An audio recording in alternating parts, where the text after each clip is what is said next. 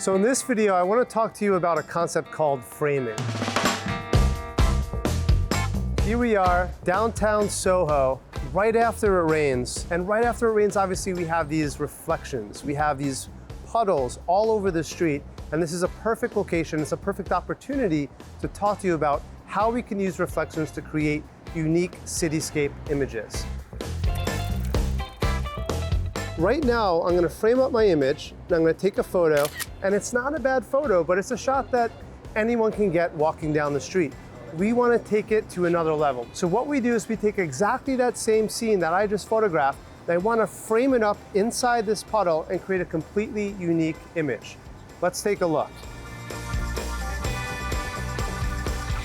Now I'm gonna get pretty low, and the reason why I'm getting lower is because the lower and closer I get, the more opportunities I get to fill the entire scene inside of this puzzle.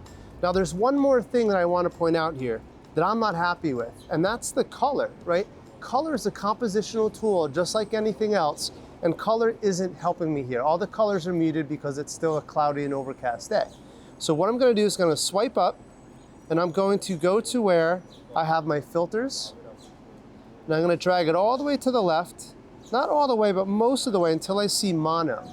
And already it's making it a little bit easier for me to understand my composition, right? Without color as a compositional element, I'm forced to look at more architectural elements, more design elements, the textures, the lines, the details, right? So now we have our frame lined up here.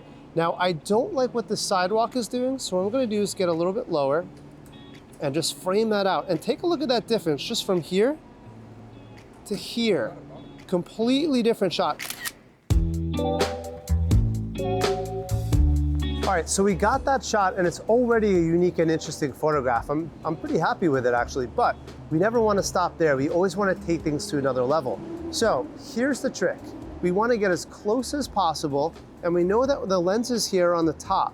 So what I'm going to do is I'm holding it a little strange so that I can invert it. And by doing that, what's going to happen is I can get much closer to that reflective surface than it otherwise could if I held it upright like this.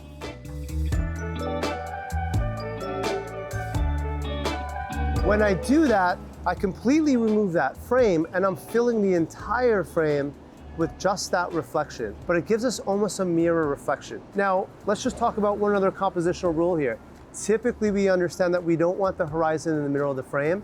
Now, all rules are meant to be broken. I truly believe that. But this one in particular, this idea of putting your horizon either 1/3 at the top or 1/3 below, when you're shooting reflections, it's perfectly okay, if not even preferred, to keep your horizon perfectly middle. That's because we're looking for symmetry when we're talking about reflections. So we have our stage already set up, right? We're kind of perfectly in the right spot, but we're missing this one human element. Now I know people are walking down the street on both sides, and if the right person walks in front of the frame, which I think they will, I'm gonna be ready. And I see someone coming here. So right before, there it is, right before they enter the frame, I'm just gonna drag that slider, then that's gonna activate burst mode. Burst mode is gonna make sure that I can capture more than one frame, and when I do, I'm gonna give myself the best opportunity to capture the exact or the decisive moment that I'm looking for. And that's it. I think we nailed it. Now all we need to do is open up our Photos app, and I'm gonna see the word select on the bottom. I'm gonna click on select, and now I don't have just one photo because we wanna use all the technology that the iPhone offers to our advantage. So we increase our hours by shooting burst mode, and now if I just drag the shutter, I can go back and forth, and I captured all the moments until I find the perfect one. And I think this is it. We have his gate exactly where I want. He's framed inside that puddle exactly where I want. I love this shot. So I'm gonna click on that bottom right, that circle, turns blue with a checkbox, and I'm gonna click done on the top right.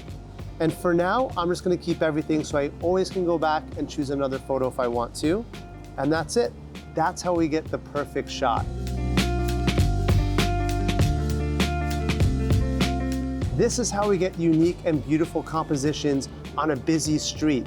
We use all the elements available to us, and on a rainy day, puddles are a perfect example, using reflections, using framing to get completely unique city images.